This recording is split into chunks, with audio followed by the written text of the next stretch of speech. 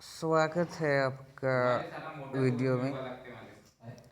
आज का है चौथा दिन। आपको लग रहा होगा चौथा दिन किस बात का है। चौथा दिन मेरे उपवास का है दोस्तों। 7वें दिन, 7 दिन तक हम ये उपवास जारी रखने वाले। और आज हम पढ़ेंगे गेटेड ट्रांसपोर्ट, ट्रांसमेम्ब्रेन ट्रांसपोर्ट और वेसिकुलर ट्रांसपोर्ट। आपको बता दूं कि कोई भी प्रोटीन अगर बना है तो वो राइबोसोम में बना है। कहाँ के राइबोसोम में बना है? साइटोसोल के राइबोसोम में बना है। तो वो प्रोटीन को अपनी राह ढूंढनी पड़ेगी।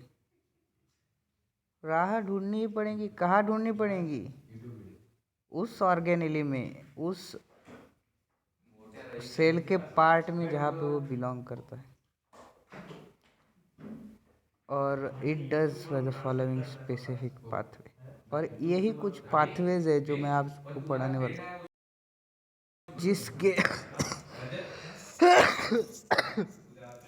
जिसके थ्रू आपको पता चलेगा कि साइटोसोल में बना हुआ राइबोसोम के द्वारा प्रोटीन अपने ऑर्गेनेली में कैसे ट्रांसपोर्ट होता है, कैसे जाता है। और ये गाइडेड होता है सॉर्टिंग सिग्नल से, जो कि पिछले वीडियो में आपको मैंने बताया था।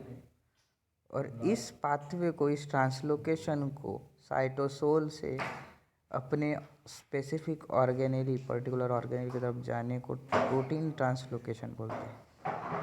Describe the movement of protein within the cell, जो कि डिस्क्राइब करता है प्रोटीन की मूवमेंट सेल के अंदर अंदर ही, क्योंकि साइटोसोल भी सेल में रहता है, राइबोसोम भी सेल में रहता है, और जो ऑर्गेनेली से वो बिलोंग करता है वो भी सेल में रहता है।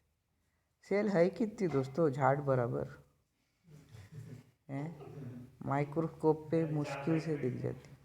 इलेक्ट्रॉन माइक्रोस्कोप नागपुर में नहीं है, हमारे कॉलेज में तो है ही नहीं। वो छोड़ो, गरीबी वाली बातें नहीं करना अपने को। तो हाँ, साइटोसोल से जाता है इसमें। तो ये 3 तरह के इसमें डिवाइडेड है। किस बेसिस पे?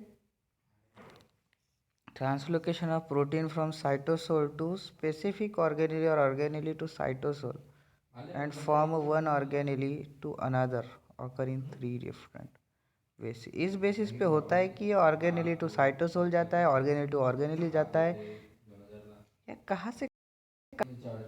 और यही 3 चीज़ें डिवाइड करके मैं आपको बताऊंगा। Gated transport, transport membrane, vesicular transport.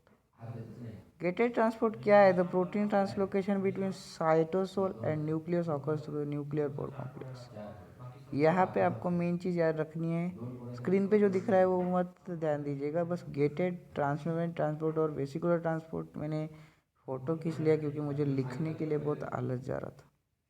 तो गेटेड ट्रांसपोर्ट, इसमें प्रोटीन ट्रांसलोशन करता है साइटोसोल से लेके न्यूक्लियस तक।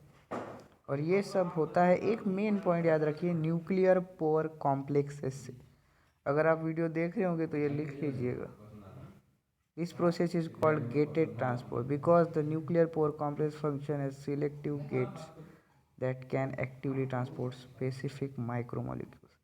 सिलेक्टिव गेट्स मतलब सिलेक्टिवली परमेएबल, हर चीज़ को नहीं जाने देगा भाई साहब।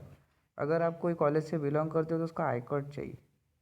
किसी के बड़े बाप के बेटे भी होगा तो नहीं घुसने देगा। उसी तरह से न्यूक्लियर पोर कॉम्प्लेक्स उसको रोकता है या फिर स्पेसिफिक चीज़ों को जाने देता है। कहाँ से कहाँ? साइटोसोल से न्यूक्लियस के अंदर। दूसरा है transmembrane transport. The transmembrane transport membrane bound protein translocator. Membrane bound protein, जो मेम्ब्रेन से बाउंड रहता है प्रोटीन, रेटिकुलर मेम्ब्रेन हो गई वैसे। Directly transport specific protein across the membrane from cytosol into organelle. पहला क्या था? साइटोसोल से न्यूक्लियस। दूसरा क्या है? ट्रांसमेम्ब्रेन ट्रांसपोर्ट साइटोसोल से ऑर्गेनेली। अब वो ऑर्गेनेली कौन से होंगे भाई और बहन? Mitochondria, chloroplast, endoplasmic reticulum, Golgi complex वगैरह वगैरह।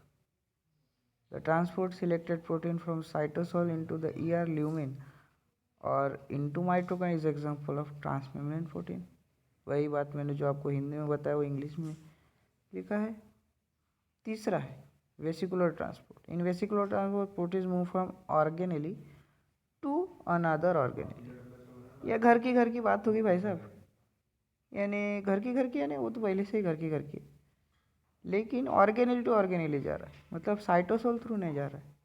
एंड माइटोकॉन्ड्रिया में प्रोटीन अगर है तो वो दूसरे माइटोकॉन्ड्रिया में जाएगा या फिर दूसरे एंडोप्लाज्मिक रेटिकुलम में जाएगा, और इसी को हम वेसिकुलर ट्रांसपोर्ट कहते हैं.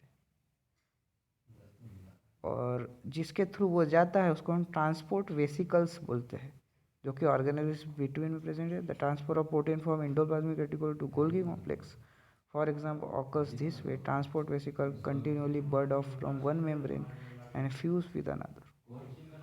मतलब कि जो ट्रांसफॉर्मेंट वेसिकल है जिसके थ्रू वेसिकुलर ट्रांसपोर्ट में प्रोटीन का ट्रांसलोकेशन होता है, वो एक बड के फॉर्म में एक ऑर्गेनेल पे प्रेजेंट रहती है, उसमें वो प्रोटीन कैरी करती है और दूसरे ऑर्गेनेल से फ्यूज हो जाती है, अटैच हो जाती है, पक जाती है. Carrying membrane components and soluble molecules which is referred to as cargo. और उसी कंपोनेंट्स को जो बर्ड में जो प्रेजेंट है वेसिकल्स में, ट्रांसपोर्ट वेसिकल्स में, उसको हम कार्गो बोलते हैं. CARGO. वीडियो बन गई 6 मिनट 6.5 मिनट की. आखिरी पॉइंट, प्रोटीन ट्रांसलोकेशन में ऑकर को ट्रांजिशनरी और को ट्रांसलेशनली और पोस्ट ट्रांसलेशनली. फिर से पढ़ते भाई अपन. प्रोटीन ट्रांसलोकेशन में ऑकर को ट्रांसलेशनली और पोस्ट ट्रांसलेशनली.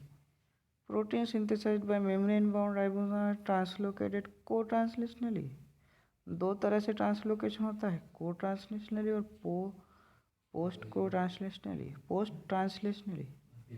और जो protein synthesize membrane bound ribosome पे होता है, यानी जो राइबोसोम मेम्ब्रेन से अटैच होते हैं, उनसे अगर प्रोटीन सिंथेसिस होता है तो उसको हम को ट्रांसलेशनली ऐसा बोलते हैं. और all protein synthesis by membrane free ribosome are translocated as post translationally. और जो प्रोटीन मेम्ब्रेन फ्री राइबोसोम से, यानी जो राइबोसोम किसी भी में एक तरह के मेम्ब्रेन से बाउंड नहीं है, वो पोस्ट ट्रांसलेशनली ट्रांसलोकेट होते हैं. और इसी तरह से हमारा टॉपिक ख़त्म हो गया है. आज का चौथा दिन है, कल का 5वां 6वां 7वां कुछ ऐसे ही तरह के 3 दिन बाकी है. 7वें दिन हम जाएंगे